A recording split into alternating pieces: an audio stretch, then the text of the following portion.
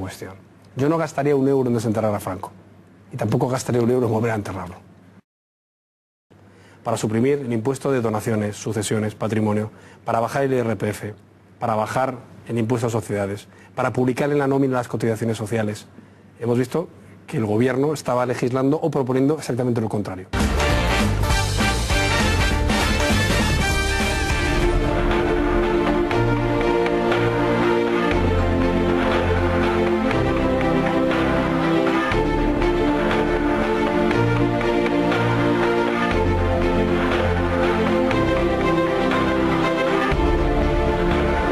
Yo me veo como presidente del Partido Popular.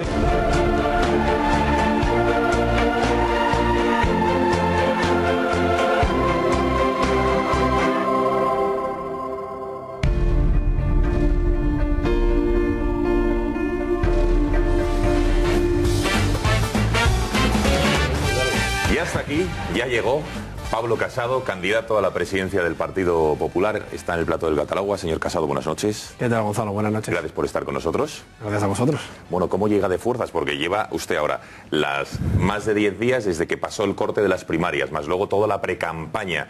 Entiendo que ya justito, ¿no? Pese a que usted es joven y tiene fuerza. Y siempre sonriente, que es una cosa que me llama la atención. Eso no sé si es natural o es una cosa... No, sonreír es gratis, ¿no? Creo que además... No, pero es que estoy muy contento. La verdad es que las cosas van bien.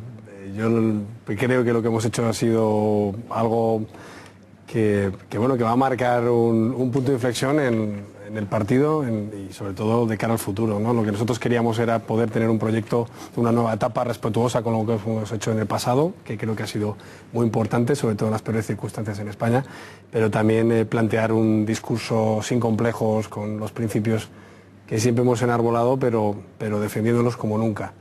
Y yo creo que por eso he trazado una campaña muy pegada al territorio, con 20.000 kilómetros. La última vez que nos vimos fue en una gasolinera de Villacastín, porque no llegábamos a tiempo después de 4 mítines, 4 entrevistas. Y estoy contento porque la gente lo que quiere es recibir esa ilusión y un periodo de renovación y al mismo tiempo que se garantice la unidad. Por eso, a día de hoy, me puedo presentar con una candidatura con otros 4 compañeros, es decir, de los 6 candidatos que nos presentamos al Congreso, ya estamos 5 trabajando conjuntamente: María Dolores de Cospedal, José Manuel García Margallo, José Ramón García Hernández, Elio Cabanes y yo. Eso sí que es unidad e integración. Y ya hemos dicho además, y hoy se lo he vuelto a decir a Soraya Sáenz de Santa María, que si hemos conseguido integrarnos 5, en apenas una hora después de abrir las urnas el 5 de julio, ¿cómo no vamos a poder integrar a su equipo ya ella misma si ganamos, como todo parece indicar? Bueno, ¿de qué vamos a hablar con Pablo Casado? Pues de lo que es la noticia sin lugar a dudas de la semana y puede marcar el devenir de la política de nuestro país, porque quedan 72 horas para que dé comienzo ese Congreso del Partido Popular. Ya está con nosotros el señor Casado y, como saben ustedes, reencarna, digamos, el último cartucho para intentar esa regeneración del PP, recuperar esos valores perdidos que inequívocamente durante estos últimos 7 años se han perdido, se han dejado de lado, se han echado por la borda, se ha priorizado la economía. En fin, argumentos según cada cual los hay, pero es una realidad. Le vamos a preguntar también cómo es posible que no haya habido un debate de ideas, estando tal y como estamos, estando el PP en la oposición, habiéndose producido una moción de censura, habiendo perdido 3 millones de votos, porque ha sido solo un debate de caras. Y otra cuestión importante, ¿va a hacer Pablo Casado lo prometido?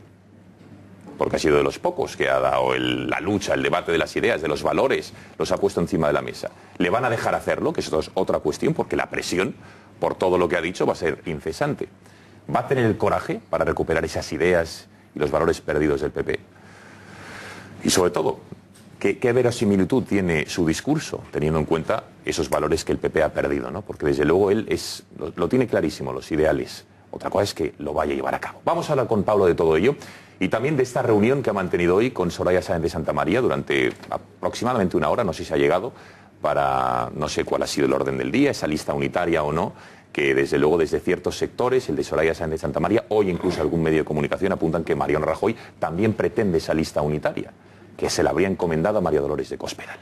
Y una gran duda, Alberto Núñez Feijóo, ¿qué va a hacer? ¿Se va a posicionar? ¿Va a decir mañana o pasado? Algunas fuentes que me llegan desde Galicia dicen que después de consultar a todos los jefes provinciales gallegos, quizá mañana o pasado se pronuncia por uno de los dos. ¿Va a hacer que se decante la balanza? ¿Sí o no?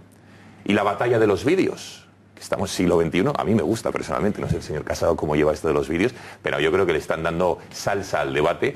Y Soraya hoy, por ejemplo, ha hecho un vídeo sobre mujeres, todo mujeres apoyando como la primera mujer presidenta, como si ser mujer per se es un activo versus a ser un hombre. Hablaremos de todo ello con Pablo Casado. Bueno, hoy se ha reunido, ha trascendido con su contrincante, la exvicepresidenta Soraya Sáenz de Santamaría. ¿Por qué se han reunido? Y sobre todo, ¿para qué? ¿Para rebajar, digamos, la tensión o para intentar llegar a un acuerdo con esa famosa lista unitaria que todos los días nos están dando la matraca a algunos sectores y medios de comunicación? ¿En qué ha consistido? Bueno, ha sido una reunión cordial en la que yo le he dicho que, igual que dije el primer día que me presenté, me he presentado para ser presidente del Partido Popular y además creo que tengo un proyecto que puede recibir el apoyo de todos los compromisarios que consideren que están de acuerdo con unos principios y unos valores y con una línea clara de hacer política y de intentar posicionar al Partido Popular en ese gran partido de 11 millones de votos que nos evite tener que pasar por mociones de censura o por pinzas o por bisagras como hemos visto en los últimos años. Yo lo que le he dicho es que este proyecto de integración en el que ya estamos 5 candidatos está abierto para todos, pero que creo que el proceso se tiene que llevar hasta el final. Igual que en el Mundial, en el Francia-Croacia no llegaron a la primera parte, bajaron al vestuario y dijeron cuál iba a ser el resultado, sino que jugaron la segunda, pues creo que ahora, después de haber seleccionado los inscritos a 2 de los candidatos para elegir a uno de ellos, tenemos que llegar hasta el Congreso. Y lo que le he dicho además es que sinceramente creo que si hay casi un 70%, 7 de cada 10 inscritos que apostaron por las 5 candidaturas que ya estamos representados, las cifras pueden ir bien. Pero insisto, con la puerta abierta para que luego se integren y teniendo muy claro además que este proyecto pensamos que es el proyecto que mejor conecta no solo con los inscritos y con los afiliados del Partido Popular, sino con la sociedad española. Es decir, que Soraya Sáenz de Santamaría sí que le ha verbalizado, oficializado esa oferta de lista unitaria hoy en persona en el Congreso. Bueno, y lo ha venido haciendo en otras ocasiones. No sé, ya, pero digo en el cara a cara que ha mantenido en esa reunión. Sí, bueno, yo lo que he transmitido es que no hay que tener miedo a votar, ¿no? Si hacemos unas primarias es para que la gente se exprese, para que la gente decida quién tiene que encabezar ese proyecto de integración que yo ya he dicho que estoy dispuesto a hacerlo, pero que son los afiliados que tienen que decidir quién lo encabeza. Y además, también lo que he dicho es que es bueno que hablemos de fondo, porque yo creo que en este proceso electoral hemos hablado demasiado de las technicalities, ¿no? De si hay censo, si hay inscritos, si hay debate, si no hay debate, si hay integración, si no hay integración. Las normas son las que son. Y las normas al final lo que tienen que dar paso es a un debate ideológico. Un debate ideológico que además es lo que está esperando la sociedad española. Porque Pedro Sánchez ya está avanzando mientras el Partido Popular está en funciones. Y por desgracia yo en esta campaña que he propuesto, y algunas las hicimos el otro día desde Villacastín en el Gato al Agua, he ido proponiendo todos los días una propuesta. Por desgracia, no digo que es que me contesten a las propuestas, ¿no?, desde el gobierno, pero por desgracia hemos visto que eran necesarias. Cuando yo dije que había que hacer una revolución fiscal para suprimir el impuesto de donaciones, sucesiones, patrimonio, para bajar el IRPF, para bajar el impuesto a sociedades, para publicar en la nómina las cotizaciones sociales, hemos visto que el gobierno estaba legislando o proponiendo exactamente lo contrario. El impuesto a las tecnológicas, al diésel, subir sociedades, etc. Cuando proponíamos que la reforma educativa se tenía que poner en marcha en su totalidad e incluso con alguna modificación para vertebrar el sistema educativo nacional, para que se enseñe en español y el español en toda España, para que no haya adoctrinamiento, para que haya bilingüismo, para que los niños sean evaluados y para que los padres podamos elegir en libertad, vemos que llega el gobierno de Pedro Sánchez y dice que se quiere cargar la concertada y que ya empieza otra vez con la educación para la ciudadanía, es decir, con el adoctrinamiento de los niños. Cuando yo proponía una ley de memoria, dignidad y justicia para las víctimas del terrorismo, para que no hubiera homenaje a los etarras y para que no hubiera acercamiento a los presos, dice el gobierno que está planteando acercar a presos etarras. O cuando yo decía que había que proponer un reforzamiento institucional en el que recuperemos el delito de sedición impropia, el delito de convocatoria ilegal de referéndum y el recurso previo de inconstitucionalidad para ese tipo de leyes de desconexión, llega el gobierno y dice, primero, que quiere reabrir la Constitución, segundo, que quiere negociar un referéndum pactado con los secesionistas, tercero, que va a acercar a los presos que dieron el golpe de Estado. Por tanto, sí que es verdad que el Partido Popular tiene que tener una voz clara, y además más ahora que estamos desde la oposición. Y lo dice alguien que ha sido portavoz del gobierno, que se ha partido la cara por un gobierno que en dificultades extremas, en minoría parlamentaria, ha hecho lo que ha podido. Pero desde la oposición tenemos que reconectar con la sociedad y sobre todo con un electorado que lo que quiere es un partido reconocible que diga, por aquí no vamos a pasar. Oye, ¿cuáles son sus planes concretos? Porque hay una realidad, que hay 2 millones de catalanes que a día de hoy quieren separarse de España. Pero es que, perdone que le incida, porque si bien es cierto que usted tiene un discurso claro, que es cierto que lo viene manteniendo, ha estado en un PP, pero ha dicho, mi partido lo ha mantenido. Pero claro, señor Casado, mi partido lo ha mantenido los últimos 7 años y disculpe que le haga una enmienda a la totalidad en el sentido de decir que usted no estaba en el gobierno. Eso es evidente, ¿no? Como decía el otro día, oiga, llevo aquí desde el año 2015, no voy a ser responsable de todo lo que ha ocurrido antes. Pero claro, el 155, la operación diálogo que encarnó su rival, Soraya Sáenz de Santamaría, la ley de memoria histórica que no se ha tocado un ápice, la ley de banderas, la ley del aborto, la familia, las leyes de género, de igualdad, todo que en el programa del 2011 del Partido Popular de Mariano Rajoy, de más de 11 millones de votos, ¿no tuvo? Se cogió y se centró en la economía. ¿Qué nos hace pensar que usted no va a hacer lo mismo? Ahí es donde quiero yo ir. Primero, porque lo que estoy diciendo es que ahora es el momento, una vez que hemos contenido, porque la crisis económica se ha superado, pero también hay que estar ojo a visor, como siga Pedro Sánchez con estas medidas, tenemos el riesgo de volver a caer, ahora techo de gasto, tal, en fin, el déficit. Pero luego, porque además yo creo que es el momento de abanderar estas cuestiones. Por ejemplo, el tema de la familia, ¿no? Que a mí, el otro día en una entrevista me dice, no, la agenda religiosa, tal. Yo tengo mi religión y estoy muy orgulloso, pero esto no es una cuestión religiosa, esto es una cuestión sociopolítica. Es decir, si un país no defiende la vida y sobre todo con una natalidad espeluznante como la que tenemos en Europa y en especial en España, en la que estamos por la mitad de lo que es la tasa de reposición ya directamente para sostenibilidad de los servicios del bienestar, tenemos un problema. Es decir, la ley de eutanasia que propone Pedro Sánchez. Yo no es que vaya directamente por mis convicciones éticas contra una ley, solo por eso. Además, yo como político también tengo que decir lo que yo opino. Es que es la ruptura de consensos sociales. Porque la ley de la eutanasia, que además ha sido muy cuestionada en el Reino Unido o en los Países Bajos, con casos espeluznantes como el del bebé el otro día en el que sus padres ni siquiera pudieron decidir sobre su vida, eso pasó en el Reino Unido. Además de eso es que ya hay consensos básicos a nivel autonómico para la aprobación del testamento vital por parte de los familiares, para el acuerdo de no encarnizamiento terapéutico, es decir, de que no se utilice la distanasia en el tratamiento de paliativos. Por tanto, ¿para qué se plantea esa ley? Para reabrir las brechas sociales. La ley del aborto. Había una ley del aborto de supuestos en el año 85 aprobada por el Partido Socialista, que el Partido Popular mantuvo, que a algunos de nuestros votantes les parecería excesiva y a otros de nuestros no votantes les parecería demasiado reducida. Bueno, era un coladero, también es verdad. Bien, pero era un consenso. Era un coladero que era muy matizable, porque sí, el tercer supuesto, solo con modificar quién tenía que certificar el tema psicológico, ahí eso ya, esos reportajes que habéis hecho de las clínicas privadas, solo con que hubiera que pasar por la sanidad pública, por ejemplo, o por los PIR, por los psicólogos con certificación del Estado, ya sería otra cuestión. Pero era un consenso básico. Y Zapatero vino a reabrirlo. Por tanto, no es una agenda religiosa o una agenda moral. Es una agenda también social y política, que es necesario. Que todos tenemos nuestra moralidad, pero que un político tiene que al final administrar, ¿no? De esa misma forma, yo lo que digo es que los temas de familia son todos. ¿Quién no tiene familia? ¿O es que la familia es solo de derechas? ¿Y las políticas sectoriales no son de familia? La educación, las pensiones, la sanidad, la dependencia, la natalidad. ¿Qué están haciendo otros países, incluso gobernados por la izquierda? Fomentar la natalidad, la conciliación, ir contra la despoblación. Bueno, pues yo creo que en España eso se debería ver como progresista de lo que es generar progreso, y yo estoy dispuesto a abanderarlo. Hoy Pedro Sánchez ha dicho que va a sacar a Franco del Valle de los Caídos. La izquierda otra vez ha vuelto con reabriendo heridas y con Franco. ¿Qué haría usted en el caso de ser presidente del PP y presidente del gobierno con la ley de la memoria histórica, ley socialista, que el PP dijo que iba a derogar y que no hizo? ¿Qué haría usted en el caso de llegar al poder?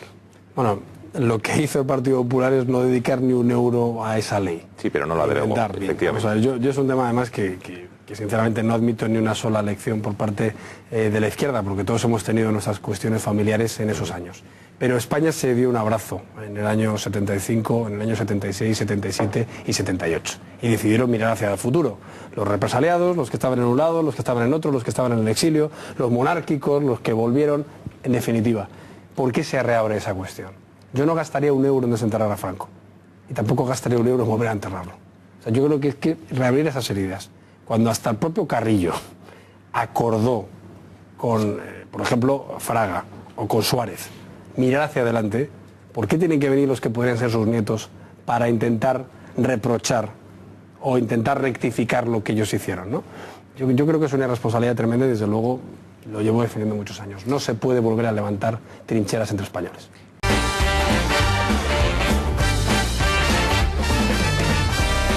10:32 de la noche, recta final en esta interesante entrevista que estamos teniendo con Pablo Casado. Tiene otros compromisos, con lo cual vamos a hacer una última ronda de nuestros tertulianos que están hoy aquí. Empezamos por la derecha, siempre tengo la deferencia de los periodistas, así que Rafael, aquí tienes a Pablo Casado. Pablo, yo creo que su candidatura se distingue por todas las demás y en particular con respecto a la de Soraya Sáenz de Santamaría por el componente ideológico. Esto es algo inédito que la derecha sociológica en nuestro país yo creo que echaba de menos.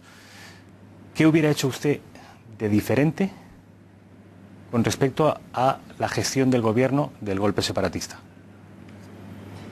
Vamos a ver, yo creo que ha quedado claro que el artículo 255 se tenía que haber aplicado antes, es decir, que no nos lo permitió Ciudadanos, y en más extensión, es decir, que no nos lo permitió el Partido Socialista con las enmiendas en el Senado.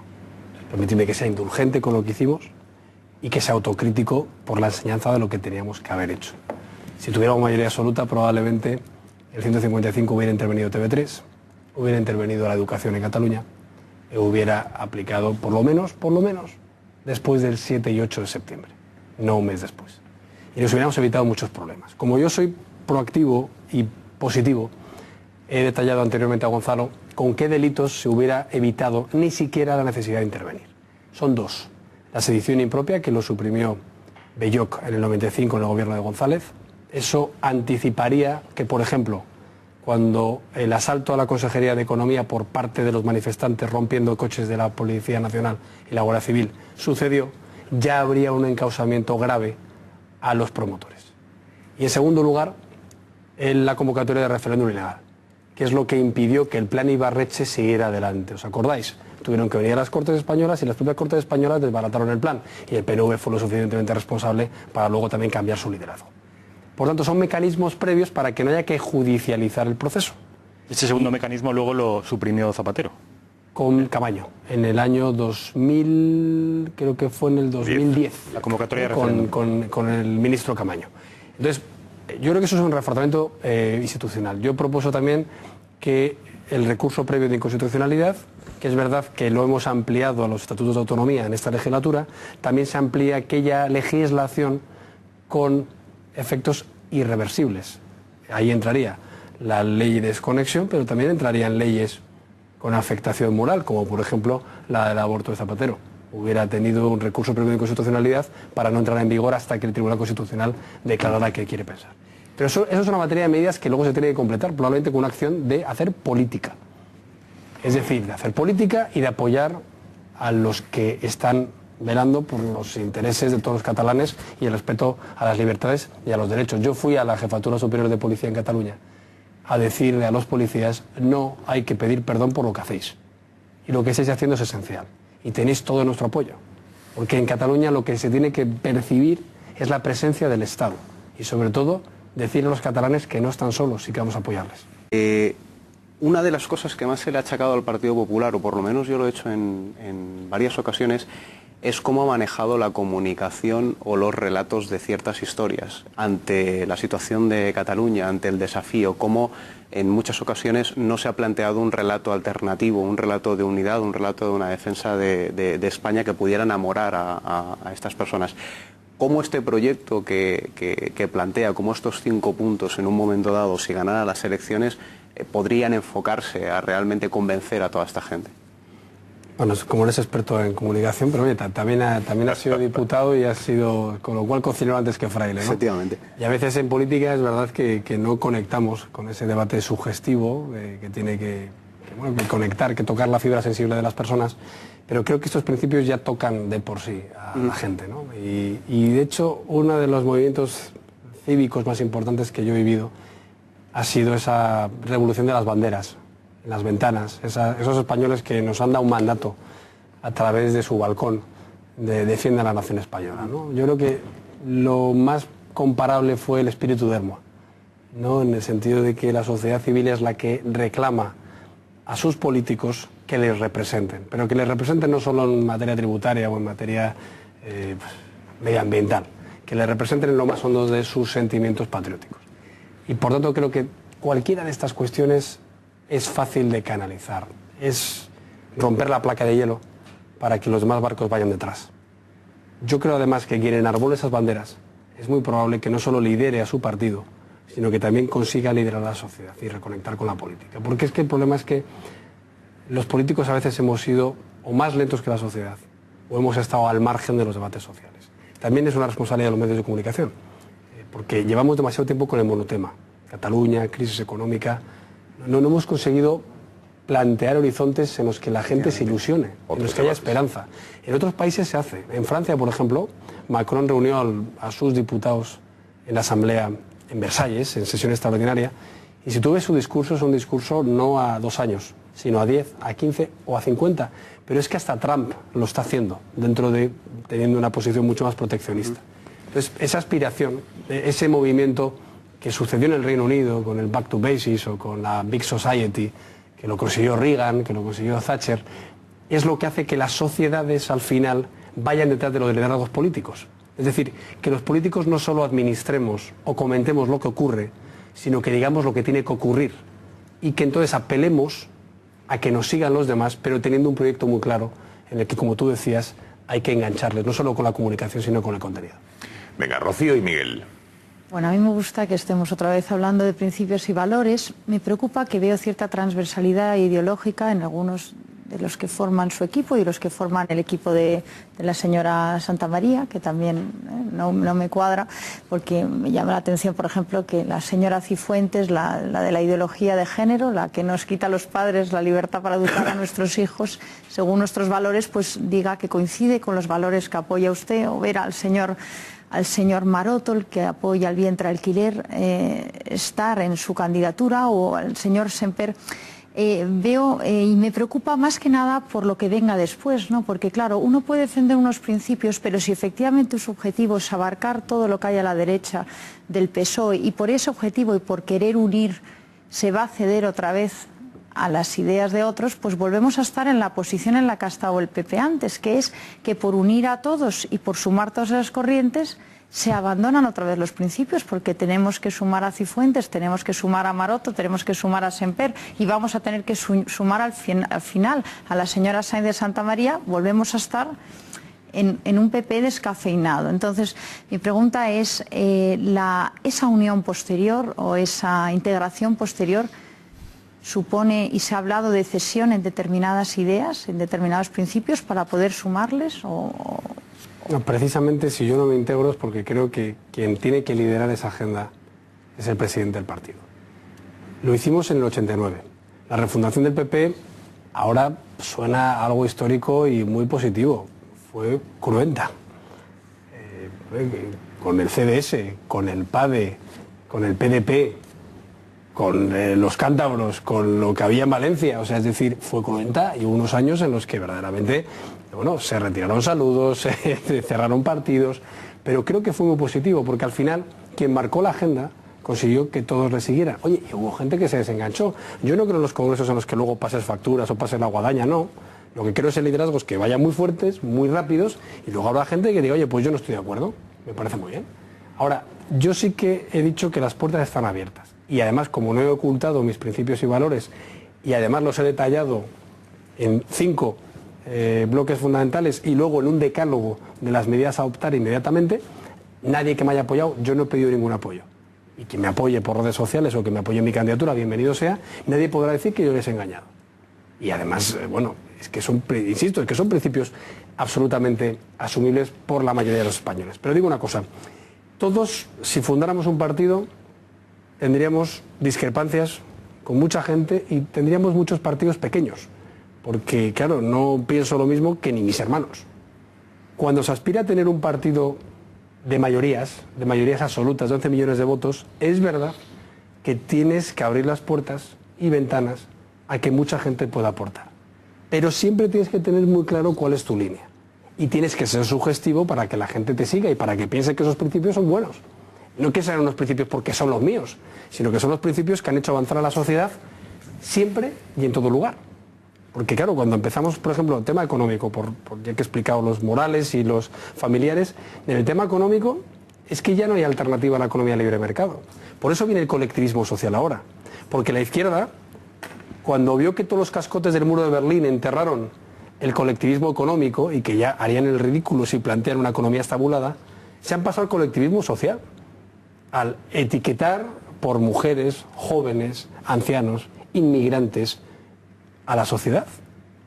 Por eso han irrumpido movimientos como el de Trump, que dicen, bueno, yo soy el del no colectivo.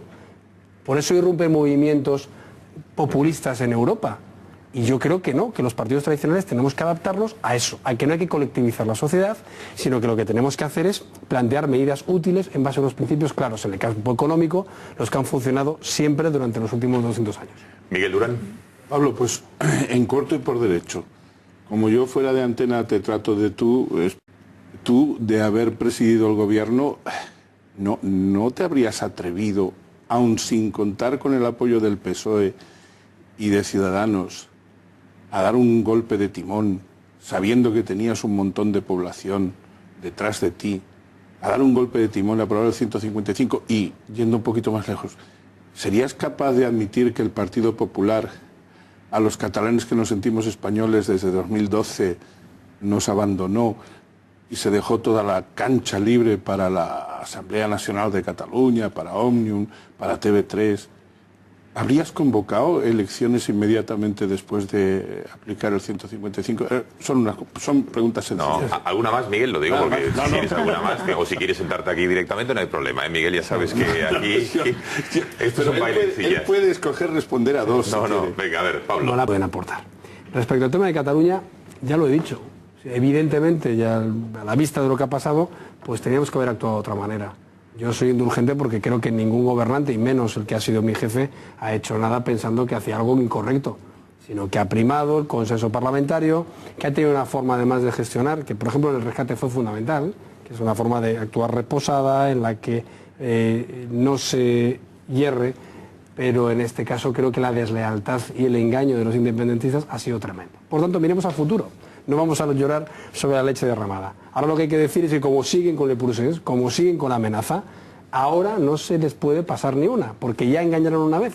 La operación Diálogo fue un fraude en el que el señor Junqueras, el señor Mas y el señor Puigdemont engañaban, jugaban al juego de los trileros. Bueno, pues en este caso lo que hay que decirles es que se acabó y que a partir de ahora ni nos vamos a dejar humillar por la justicia alemana y por tanto a España se le respeta y no se hace los acuerdos vergonzantes, y si hace falta se revisa el procedimiento de la euroorden o del espacio libre de fronteras, que no se nos va a tomar el pelo tampoco en el campo presupuestario. Sánchez ya ha levantado el mecanismo de supervisión de las cuentas de la Generalitat, es decir, que pueden estar prevaricando y malversando nuestros propios impuestos para el procés, y que por supuesto, y eso es lo más importante, no se va a permitir la ilegalidad, ni en el Parlamento, ni por supuesto una conculcación de nuestro Código Penal y nuestra Constitución.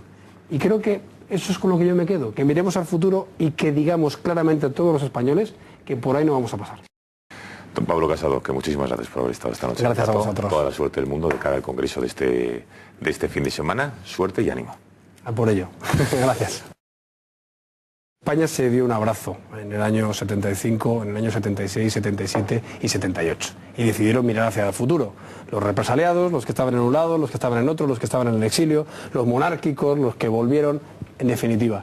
¿Por qué se reabre esa cuestión? Yo no gastaría un euro en desenterrar a Franco y tampoco gastaría un euro en volver a enterrarlo.